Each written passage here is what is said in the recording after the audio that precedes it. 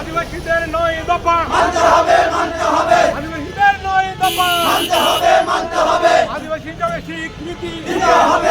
দেশে উপস্থিত হওয়ার জন্য সবাইকে শুভেচ্ছা এবং সংগ্রামী সাংবাদিকবৃন্দ, সুশীল সমাজের মানুষজন এবং এই বিক্ষোভ সমাবেশে যারা উপস্থিত হয়েছেন সবাইকে আবারও শুভেচ্ছা এবং ধন্যবাদ জানিয়ে শুরু করছে আমাদের আদিবাসী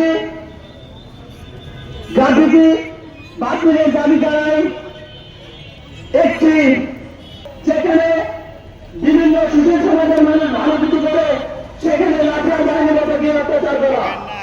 আদিবাসী হিসেবে সাংবিধানিক স্বীকৃতি বাংলা 2 বছর যাবৎ আদিবাসী হিসেবে সাংবিধানিক স্বীকৃতি সহ 9 দফা দাবির ভিত্তিতে বাংলাদেশের রাজশাহী সহ সমতলের বিভিন্ন জেলা উপজেলায় শান্তিপূর্ণ কর্মসূচি পালন করে এসেছি।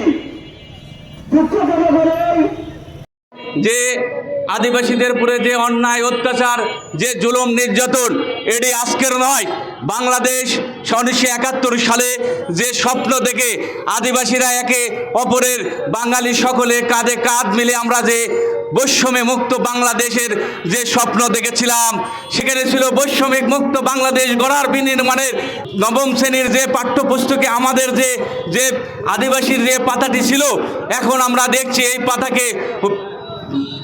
পাতাকে কেটে দেওয়ার জন্য বিভিন্ন ষড়যন্ত্র শুরু করে দিয়েছে। যে আদিবাসীদের যে নাম বাংলাদেশের মাটিতে যেন না থাকে, এমন একটি ষড়যন্ত্র লিপ্ত হচ্ছে। জেলা কমিটির পক্ষ থেকে আন্তরিক শুভেচ্ছা ও অভিনন্দন। সেই জুলাইয়ের অভ্যুত্থানের যে মূল স্ত্রী, মূল যে চেতনা, জানি না কি কারণে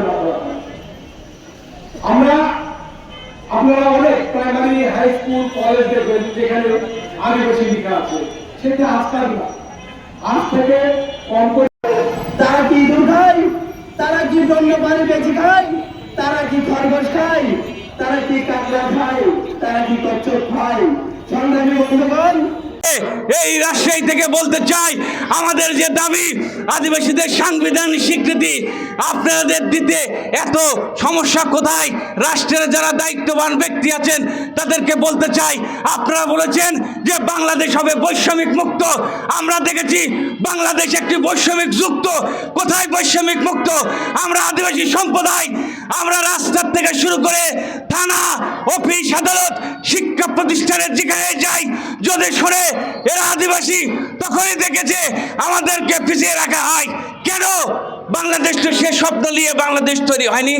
বাংলাদেশ তৈরি হয়েছে শস্য সবল সুন্দর একটি মাতৃভূমি, যেখানে সকল ধর্ম, যেখানে সকল গোত্র, যেখানে সকল সম্প্রদায়ের লোক একত্রিতভাবে কাঁধে কাঁধ মিলিয়ে যেখানে বসবাস করবে।